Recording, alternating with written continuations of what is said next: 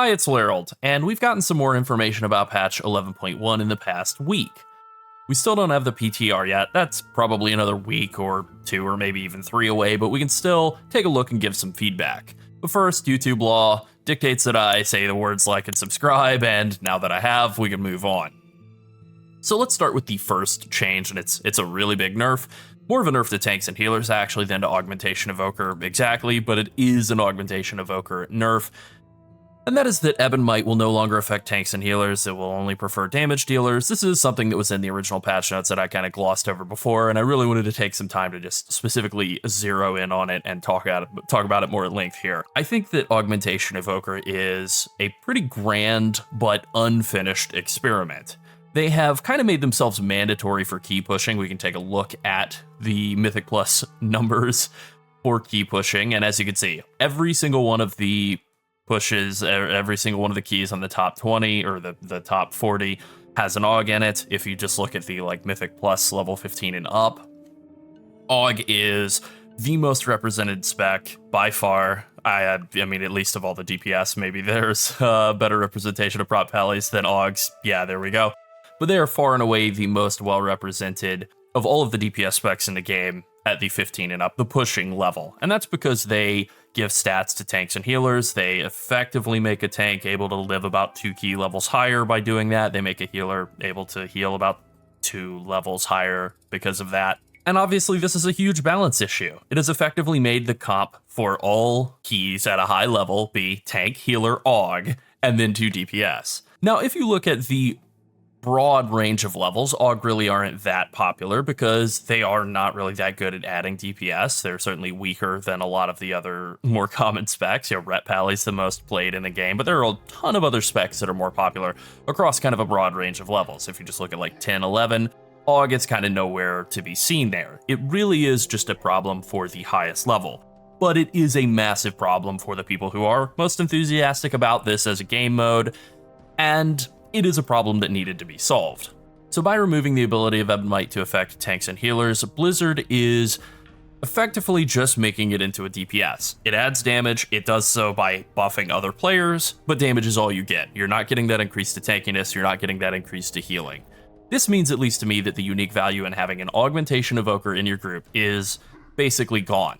It is just a bad DPS spec now. This sounds bad, but there are some silver linings to this set of changes.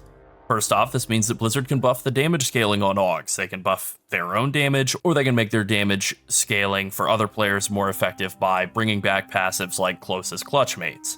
Second, and maybe more importantly, it means that the current group comp of tank, healer, AUG, and 2 DPS is opened back up to the historic standard of tank, healer, and 3 DPS.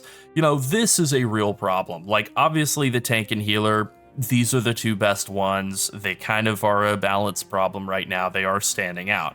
Sure, this always happens to some extent. Certainly with the tuning of damage in high-level Mythic Plus, it's gonna happen. But 1 DPS spec being in every single group, no matter what, is a real issue. And you could say the same thing about Shaman too, I suppose, in the current state of the game, but there is a bit of variance. You see mages, you see druids, you see rogues. You never see groups that don't have an AUG. So I do think that even though these are nerfs, I think they are nerfs that make sense. The problem with AUG really isn't that it's a buff class, it's that it's the buff class. If there were 4 different alternatives to Augmentation Evoker, enough for the new group paradigm to be tank, healer, buffer, and 2 DPS, then I think Augmentation Evoker would have worked. But that's what it would have taken. It can't just be 1 spec that does this. They would have needed to add buff and debuff specs to a bunch of different other classes. I could think like Paladin, Warlock, Shaman, and Monks. Those kind of seem like the 4 obvious choices to me.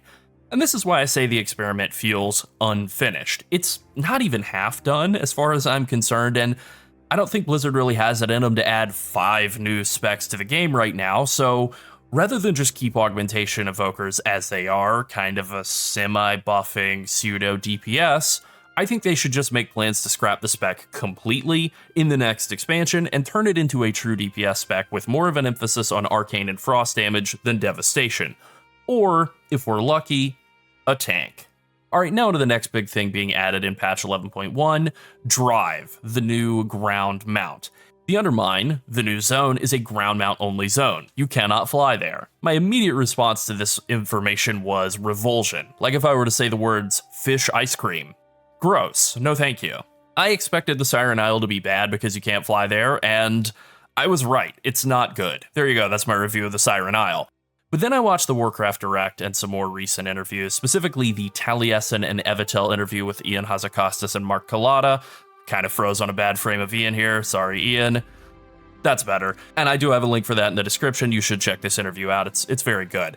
So I've heard what these two guys have to say for themselves, and here it is. The new car will be super duper fast. We're talking 5 times faster than a typical ground mount.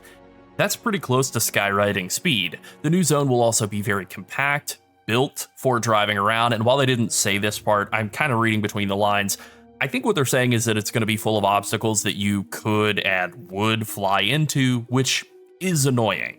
And finally, they have really been focusing on the biggest success of skywriting, which is that it turns traveling around the world into something fun. It's gameplay. You're not just auto running, there's an actual game to flying around, and they want to do the same with driving around. Honestly, that's a pretty good explanation. It does sound a lot better than I expected, certainly better than the Siren Isle.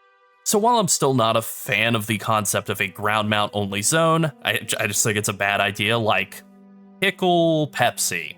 I will at least give it a shot. I am willing to be convinced, and I'm really looking forward to the PTR.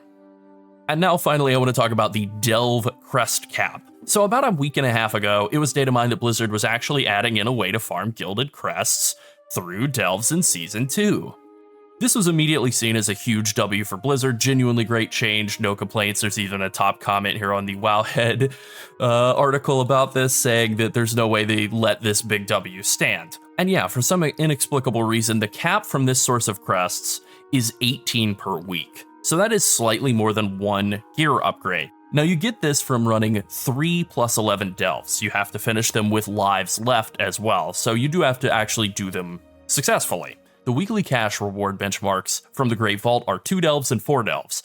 So with this being 3 delves done and the other 2 being 2 and 4, they have perfectly staggered this in there at the number that would be the most inconvenient time-wasting value possible. But more than this, why cap crests? What's the point? Delves already don't give any high-level gear. They purely exist as a way to farm crests that you can do on your own time. Plus 11s are also tuned to be very hard hitting, and they are really challenging for average players. So why cap the crests from delves at 20% of the weekly crest cap? This is time gating on top of time gating. To fully upgrade a single piece of gear you get from the weekly cache, so we're talking from Mythic Plus or Mythic Raid, you still have to do other content to get the gear to upgrade. You would need to run 4 weeks of plus 11 delves. That's 1 piece fully upgraded. There are 16 item slots in WoW, so that is 16 months of delves to fully upgrade your gear, or roughly midway through the next expansion. So this is a massive L.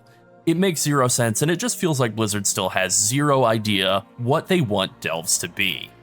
But I know one thing that they have made them be: unrewarding. Alright, that's it. Thanks for watching. Bye.